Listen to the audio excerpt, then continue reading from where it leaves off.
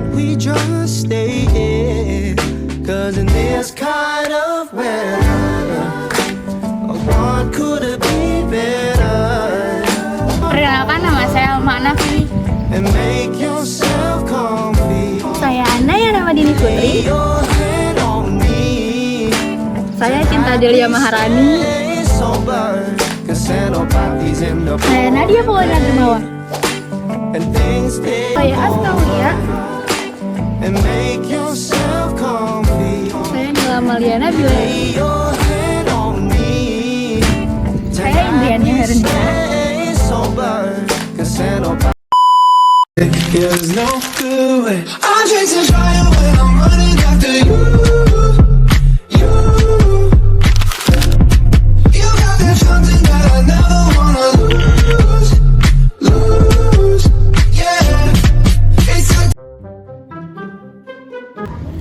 Assalamualaikum warahmatullahi wabarakatuh. Kami dari Prodi Administrasi Rumah Sakit Fakultas Ilmu Kesehatan dari Universitas Singapura Bangsa Karawang. Nah, di video kali ini kami akan melakukan wawancara terhadap klinik Hajimat mengenai manajemen yang ada di klinik ini. Sebelumnya, perkenalkan, nama saya Nadia Paulina Dermawan. Saya Naya Ramadini Putri. Saya Nila Maliana Bila. Dan di sini kita akan mulai wawancaranya dari perkenalan dengan Bapak siapa? Dr. Atta Subandjanata. Baik. Untuk jabatan di klinik ini? Saya selaku direktur utama sekaligus ownernya. Untuk pendidikan terakhir? Saya S1 kedokteran spesialis Jakarta. Oke, Pak. Mengenai manajemen yang di klinik ini, saya akan mulai dari terkait perencanaan. Visi misi di klinik ini tuh ada nggak sih, Pak? Kalau ada, apakah boleh tolong disebutkan? Ya pastilah ya, kita namanya klinik pasti punya visi. Kita ingin menjadikan klinik yang dekat dengan masyarakat dan mudah diakses dengan masyarakat dan bisa mendatangkan masyarakat. Mengenai misinya, Pak? Misinya kita ingin peran klinik bukannya sebagai penyembuh gitu ya, tetapi juga bagaimana klinik itu bisa menjadi preventif atau pencegahan ya, memberikan edukasi kepada pasien. Karena pada umumnya orang beranggapan bahwa datang ke klinik itu hanya pengobatan, tapi sebenarnya persoalan-persoalan itu adalah bagaimana juga memberikan edukasi dengan program preventif yang kita berikan dengan pemberian pengarahan kepada pasien, preventif, promotif, kemudian juga rehabilitatif. Bukan hanya di rehabilitatifnya, karena dari hulu sampai ke hilir kan, penanganan dari hulunya itu adalah edukasi, pencegahan, edukatif, preventif, promotif, dan baru di rehabilitatif di tahap itu. Kalau untuk penetap tujuan dan sasarannya, kira-kira apa tuh, Pak? Ya, sasarannya namanya klinik kan masyarakat sekitaran Makassar. Target klinik kita bagaimana bisa memberikan kesehatan, penanggulangan kesehatan untuk masyarakat Kecamatan Makassar, karena posisi kita ini ada di Kecamatan Makassar dan sekitarnya.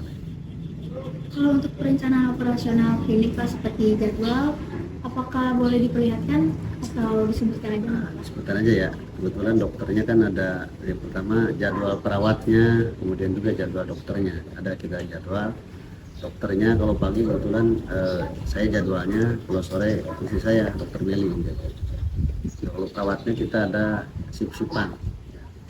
Dengan ada 2 sip yang jaga, karena kita klinik 24 jam. Mengenai perencanaan anggaran, bentuknya itu tuh apakah bulanan, triwulan, atau tahunan, atau bentuk yang lain, Pak? Ya, kita ini kan belum besar banget ya, makanya kita punya perencanaan paling bulanan. Pembelanjaan obat, untuk penggajian. Nah, manajemennya sebenarnya masih manajemen yang sederhana ya.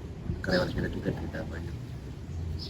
Mengenai perencanaan operasional, Pak, itu bagaimana di klinik? Perencanaan operasional ya tadi kan kita dengan dokter jaga ya, dokter jaga mulai penanganan pasien dari mulai pendaftaran, kemudian pemeriksaan, kemudian juga Dan situlah di proses pemeriksaan itulah kita melakukan edukasi ke pasien segala macam, penata laksanaan, dan terakhir ya pemberian obat oleh bagian apoteker oleh perawat. Untuk perencanaan sumber daya manusia dan sumber daya alamnya Pak untuk operasional klinik, bentuknya itu seperti apa? Nah, di sumber daya manusia tadi dengan ketenagaan klinik ya, dari mulai dokternya, perawatnya, kemudian juga klinik servisnya. Kemudian kita di sini selain klinik dengan rawat jalan, kita juga ada klinik dengan rawat inap. Jadi ada kasus tertentu yang membutuhkan perawatan, kita lakukan perawatan. Walaupun memang masih perawatan yang sederhana ya, artinya mampu ditangani oleh klinik ya. Bukan kasus-kasus berat seperti untuk operasi atau tindakan-tindakan yang lebih lanjut. Kita rujuk kan pola dalam kesehatan kan juga ada sistem rujuk. Kalau untuk perencanaan inovasi dan pengembangan, bisa disebutkan nggak Pak bentuk inovasi dan pengembangan yang telah dilakukan oleh klinik? Nah, hari ini kan namanya klinik itu di dunia kesehatan sekarang sudah ada undang-undang BPJS. Artinya semua penyedia pelayanan kesehatan itu harus bekerja sama bermitra dengan BPJS. Otomatis harus mengikuti aturan-aturan yang sudah ditetapkan oleh BPJS, diantaranya ada akreditasi. Akreditasi di mana ditetapkan oleh BPJS. Kalau sudah lolos akreditasi, baru nanti ada bisa di approve sama BPJS. Kalau akreditasinya tidak memenuhi syarat, ya BPJS sudah bisa menerima. Dan sekarang kan memang Kabupaten Karawang terutama misalnya sudah berlaku UHC namanya, Universal Health Coverage. Jadi seluruh rakyat Karawang ini sudah bisa di-cover oleh BPJS. Makanya rugi kalau klinik kita saya ini jujur saya klinik saya ini masih dalam proses akreditasi. Dalam proses akreditasi supaya bisa menerima kerjasama dengan BPJS. Memang BPJS itu bayarnya nggak mahal. Berapa sifatnya kalau BPJS itu kapitasi. Per peserta saya hanya dibayar 8.000 karena saya belum siapkan dokter gigi. Nah, salah satu peraturan di BPJS itu klinik mendapatkan kapitasi. Kapitasi itu artinya gini, misalnya saya punya member BPJS yang menjadikan klinik saya sebagai tempat pengobatannya 1.000 orang. Saya hanya dibayar BPJS setiap bulannya 1.000 dikali 8.000 rupiah. Jadi kalau pesertanya berobat sekali tetap kita dapat bayaran cuma 8.000. Berobat 10 kali juga kita tetap dibayar 8.000 sama BPJS. Makanya kalau pengen lebih besar pembayarannya ya saya harus tambah fasilitas, yaitu ada dokter gigi. Baru dibayar 11.000 per pasien, bukan per pasien, per peserta. Kalau per pasien sekali berobat dia tetap kita dibayar 11.000, 2 kali berobat 11.000, 10 kali berobat 11.000. Karena sifatnya kalau penyedia pelayanan kesehatan tingkat pertama itu sifatnya kapitasi. Nah, kalau rumah sakit baru klaim. Saya datang ke rumah sakit, berawat, habis biaya berapa? 3 juta, BPJS bayar 3 juta ke rumah sakit. Operasi rumah sakit habis berapa biayanya? 12 juta, rumah sakit dibayar 12 juta. Kalau rumah sakit sifatnya klaim.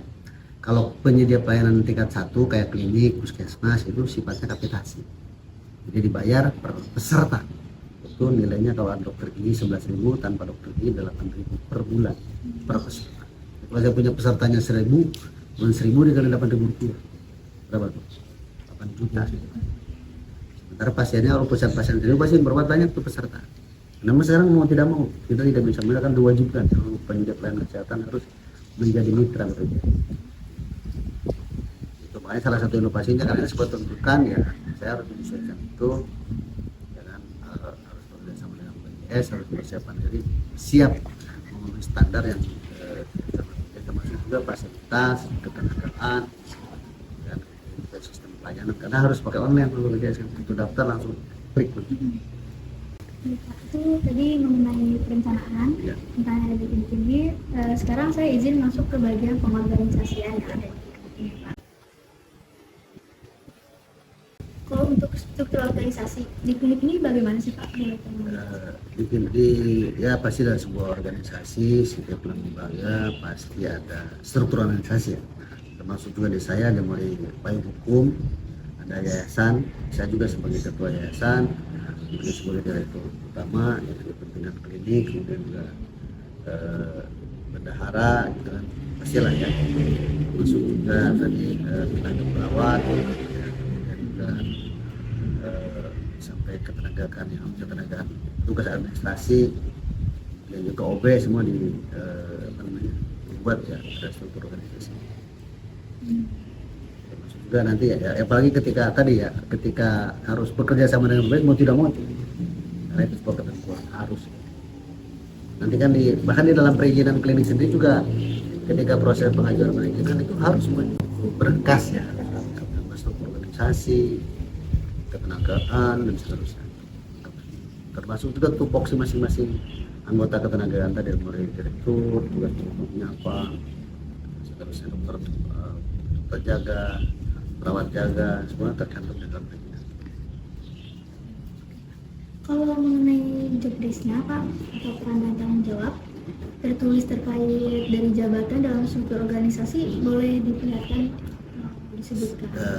Ya tadi ya, kayak dokter tugasnya ada semua. Karena tadi sekali lagi di dalam perizinan itu ada satu berkas dari ASNPJ itu. Nah ya ini semua kan diperiksa ketika mengajukan izin kemarin. Ya, semua kan diperiksa, disupervisi sama dinas, kemudian juga sama badan perizinan. Supervisi diperiksa termasuk tadi kelengkapan alat, kelengkapan ruang, ya kan? Termasuk juga saya kan dengan tempat perawatan, ruang perawatnya mana, bednya. Kalau bentuk koordinasi masing-masing jawaban dalam organisasi itu bagaimana? Ya pastilah ya, ada dengan adanya kita rapat bulanan, ada semacam rapat komite medis ya, ketika misalnya kita temukan hal-hal yang baru atau juga persoalan-persoalan. Kadang-kadang begini, namanya klinik juga persoalannya kan kompleks. Misal ketika ada pasien harus rujuk, ketika pasien tidak mampu, ada kecelakaan lalu lintas gitu kan, itu kadang-kadang ada hal-hal yang sifatnya bukan hanya persoalan kesehatannya, tetapi juga ada persoalan-persoalan sosial yang muncul. Adalah pasti ada interaksi, ada monitoring evaluasi, ada pengawasan ya dalam proses perjalanan. Mengenai rapat rutin Pak, apakah diadakan? Dan juga kalau diadakan itu kapan dan apakah jadwalnya itu terjadwal? Kalau rapat rutin kita bisa lakukan ada bulanan ya, bulanan untuk monitoring evaluasi ya terkait dengan kinerja klinik, termasuk juga karena salah satu peran klinik itu adalah pemasaran ya, pelayanan, keramahan di semua bidang yang ada di sini, termasuk tadi dari perawatnya, dokternya, tugas administrasinya, petugas obatnya, disponya. Kalau mengenai arahan Pak, apakah dilakukan secara rutin? Ya arahan itu paling tidak di dalam pertemuan-pertemuan bulanan itu. Soalnya ya kita juga belajar ya, saya kebetulan juga ya sudah lama berkiprah di kesehatan lah ya, jaga di klinik orang. Nah salah satu faktor yang paling berpengaruh itu adalah keramahan tenaganya, perawat yang ramah, dokter yang ramah. Yang terpenting tadi hari ini kan pangsa pasar kesehatan itu tidak seperti dulu. Kalau masyarakat dulu kalau berobat itu cukup dikasih obat sudah pulang. Hari ini mereka sudah lihat Google. Seorang dokter, seorang perawat harus memiliki kemampuan pemahaman keilmuan yang mumpuni. Jadi ketika mereka bertanya dan kemudian jawabannya tidak sesuai dengan yang mereka baca di Google, itu mereka kecewa. Makanya kita sebagai tenaga kesehatan hari ini bukan hanya sekedar mengobati, tapi juga tadi memberikan edukasi sehingga si pasien bisa puas gitu. Karena tujuan dokter itu bukan hanya memberikan terapi, tetapi juga memberikan edukasi. Karena juga tidak sedikit justru penyakit-penyakit yang diderita oleh pasien itu sangat berkaitan dengan taraf pendidikannya, pemahamannya. Contoh misalnya penyakit emah itu banyak dipengaruhi oleh faktor-faktor psikologis. Makanya di kesehatan itu ada yang namanya penyakit psikosomatik. Psiko itu artinya kejiwaan, somatik itu badan. Jadi gangguan kejiwaan menyebabkan kelainan pada badan dia. Orang stresan biasanya penyakitnya penyakit emah, penyakit asmanya sering kambuh karena dia banyak stres. Karena orang stres banyak juga penyakit kulit, gatal-gatal. Pemicunya karena Cukup itu itu dari pengorganisasian, selanjutnya akan dilanjutkan oleh teman saya, Pak. Bapak izin melanjutkan karena kita ke penggerakan. Yang pertama, ada nggak sih Pak kegiatan pemberian motivasi terhadap anggota atau staf klinik di sini? Ya pasti dalam proses perjalanan ketika pelayanan ya kita melihat perawat itu nggak ramah, kita tegur bahwa kita bekerja ini harus betul-betul kita yang memberikan motivasi kerja lah ya, supaya tadi pelayan kita tetap dalam pelayanan yang prima. Misalnya juga ketika ruangan kotor itu kita tegur petugas kebersihannya untuk tetap tadi tujuannya untuk memberikan pelayanan yang terbaik lah kepada pasien, kepada masyarakat. Artinya pemberian motivasi itu dilakukan selain juga di momen-momen rapat-rapat bulanan. Rapat bulanan juga sampaikan bahwa kita harus ya, karena produktivitas klinik juga tentunya nanti bergantung dengan banyaknya pasien yang berobat kan begitu. Otomatis ke depannya salary karyawannya juga bisa dijaga. Untuk arahannya sendiri ada nggak sih Pak kayak dikasih arahan? Ya sering, ya harus ada memang. Sering kita kasih arahan tadi kayak misalnya jangan ketus dong sama pasien, gitu, jangan kesannya membentak gitu kalau nggak dipanggil, seperti pelayanan yang lama. Selalu ada sih. Sistem dan media komunikasi yang ada di klinik ini tuh gimana ya? Ya komunikasi ya biasa ya seperti komunikasi langsung misalnya kan ketika dokter jaga dengan perawatnya, atau juga kadang-kadang kalau misalnya gini dokter jaga ada kesulitan ya konsul ke saya sebagai owner, sebagai direktur kan terkait penanganan kasus-kasus tertentu yang di luar kemampuan dokter jaga. Jadi ada komunikasi yang secara langsung, ada juga komunikasi yang telepon gitu kan, atau ada juga komunikasi yang disampaikan secara ke seluruh karyawan di rapat-rapat bulanan. Lalu apakah ada budaya yang dibangun di klinik ini?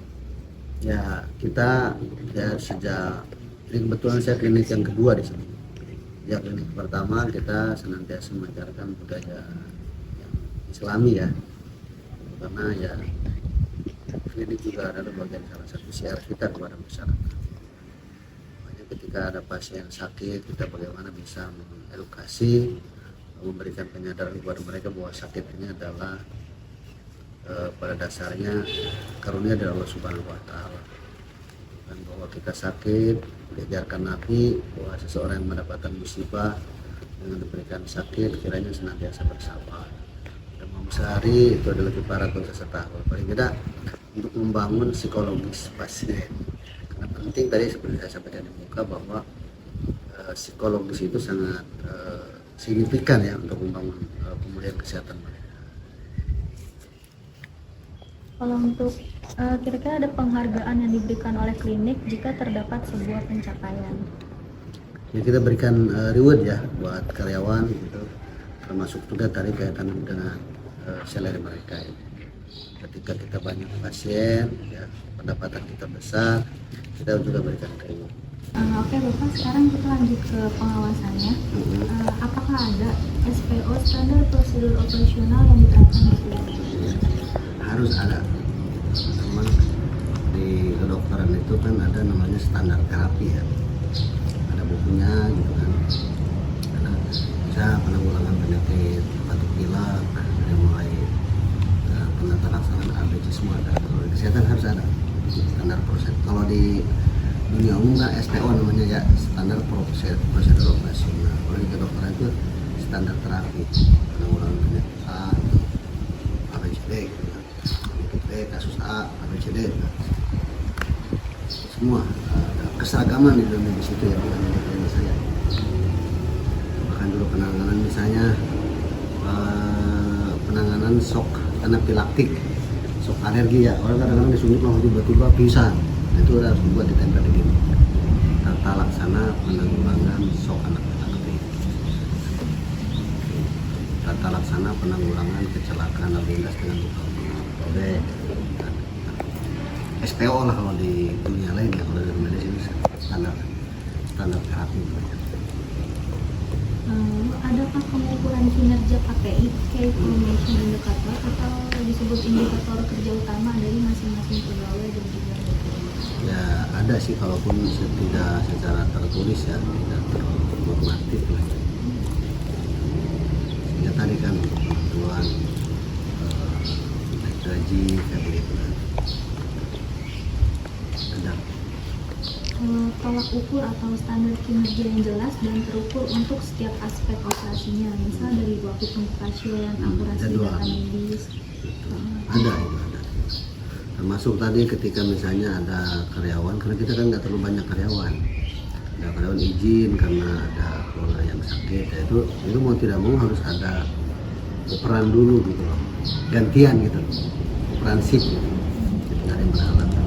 Jadi kadang-kadang ada perawat yang harus terusan mau tidak mau karena ada mitra shiftnya nggak berhalangan untuk jaga. Berarti sistem pengukurannya dengan penjadwalan Dengan ya itu pengukurannya dengan kedisiplinan jadwal ya, artinya sebisa mungkin ya jangan banyak operan ya, kecuali memang ada hal-hal yang sifatnya darurat ya, di luar apa namanya yang sudah direncanakan. Lalu bagaimana prosedur feedback atau umpan balik jika suatu pekerjaan tidak sesuai dengan SPO atau standar kinerja? Ya kita berikan teguran ya, kita berikan evaluasi ya, supaya tadi ya pelanggaran-pelanggaran terhadap peraturan-peraturan tidak terulang gitu kan. Ini bisa dilakukan langsung atau juga pada saat kita di rapat bulanan ya, karena salah satu fungsi di rapat bulanan itu adalah monitoring dan evaluasi kinerja dan seluruh karyawan dari klinik. Mungkin itu dari saya tentang penggerakan dan pengawasan. Dilanjutkan dengan teman saya. Baik, terus saya ingin bertanya tentang monitoring sama evaluasi. Yang pertama itu bagaimana sih Pak sistem monitoring yang dijalani oleh klinik Bapak? Tadi saya sebutkan bahwa monitoring itu kita lakukan di setiap hari kerja ya kan, artinya agar seluruh karyawan ya, pekerja tenaga di klinik itu melakukan tugas pokok fungsinya sesuai dengan apa yang sudah kita sampaikan ketika karyawan diterima di sini. Tugas pokok fungsinya apa saja itu bisa langsung atau bahkan juga ketika di rapat-rapat bulanan itu langsung. Itu artinya bisa ketika saya jaga ada perawat ini gimana jam 8 belum datang gitu kan, nah, itu kan otomatis minimal mereka harus sudah datang sebelum setengah jam atau 15 menit lah paling sebelum waktunya operan. Itu ada monitoring yang dilakukan langsung sehari-hari kan.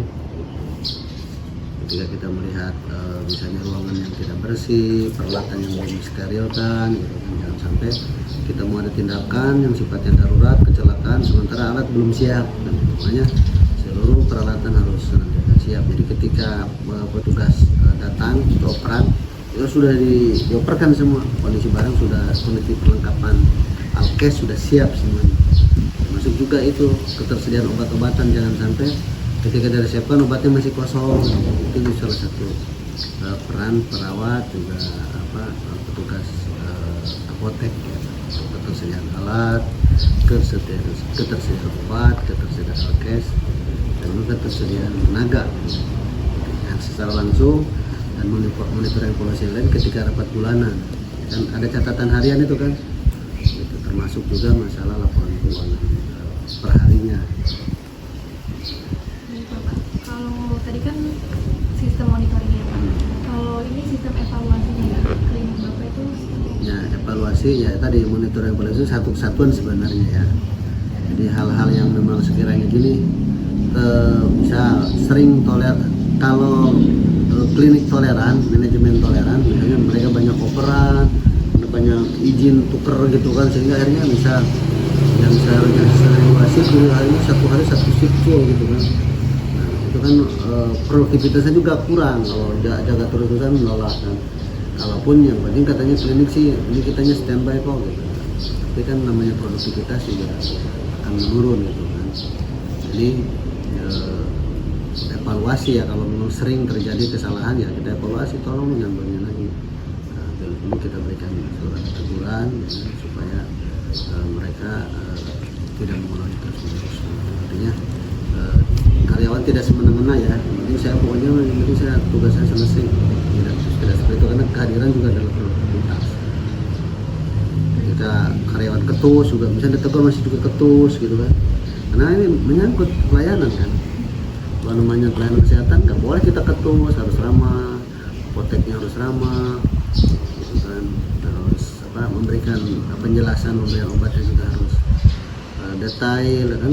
Kalau di kesehatan kan semua harus ada rekam medisnya, ya kan, medical record gitu kan. Sebelum diperiksa pasien itu harus ada medical recordnya, dicari dulu begitu daftar.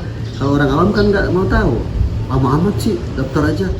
Nah kan kita harus dicari dulu bukunya. Setiap orang ada statusnya namanya, ada medical record namanya, catatan medis setiap pasien. Ketika dikontrol harus dilihat lagi, soalnya apa, di dalam medical record itu ada catatan-catatan penting terkait penyakit dia. Misalnya dia alergi obat A, kalau nggak lihat catatan kan tahu-tahu dikasih obat A, begitu dia pulang tiba-tiba pada bengkak mukanya.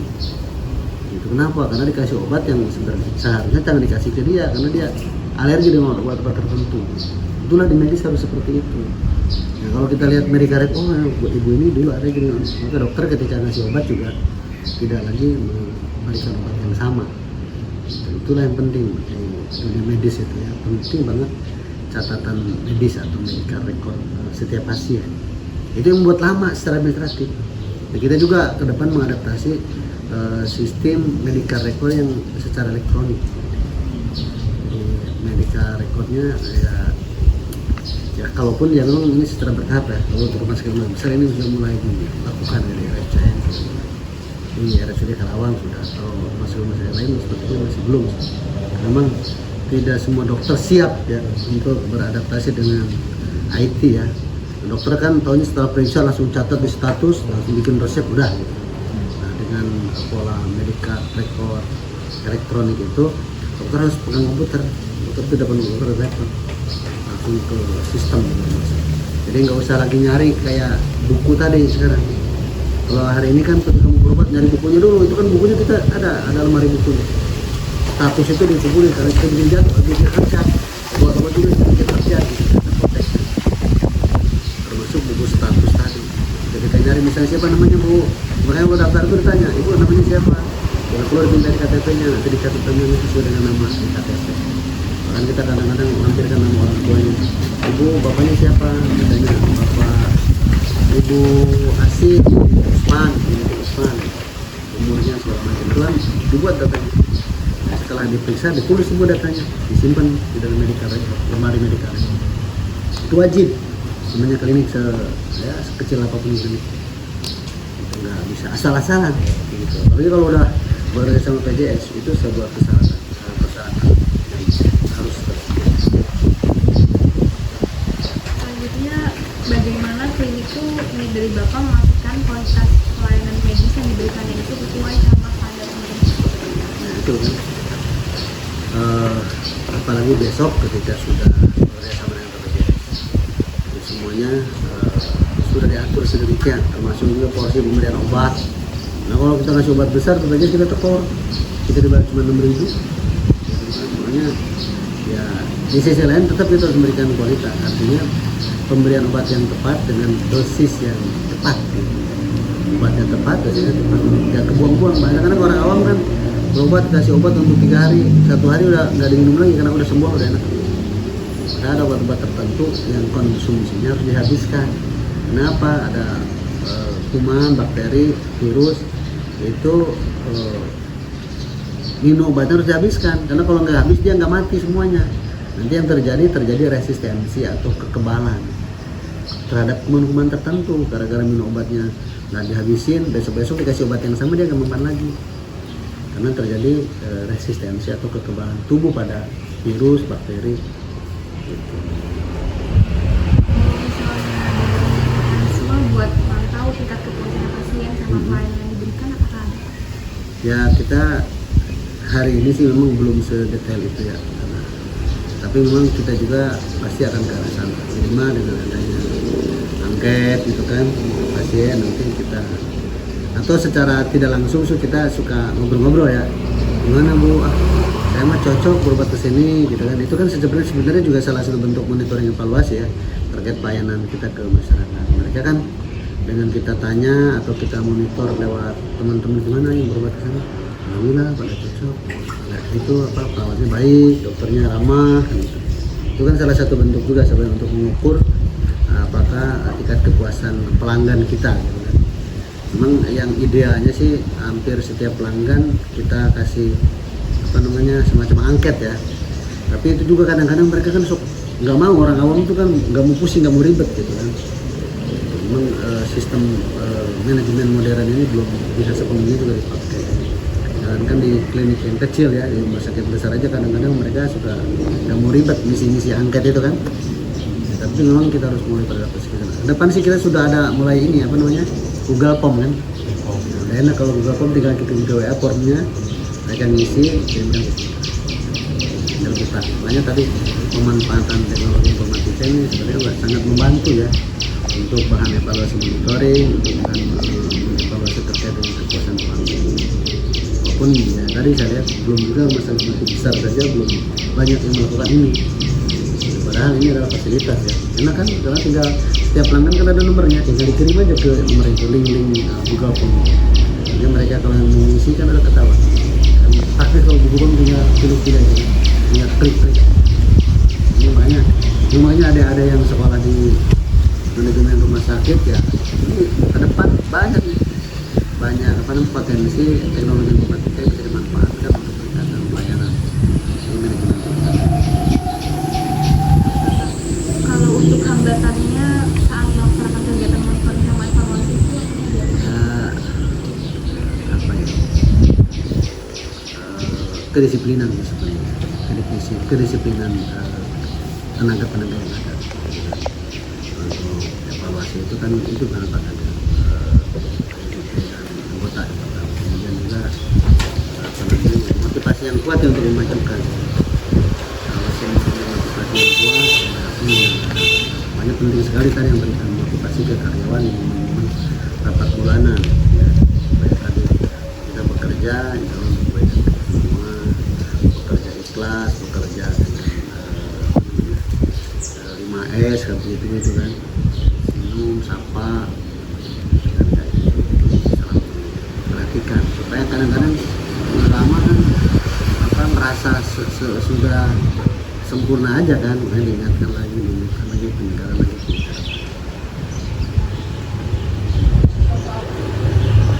Bapak, itu cukup dari kami. Terima kasih banyak sudah membantu menjawab pertanyaan-pertanyaan mengenai manajemen yang ada di klinik.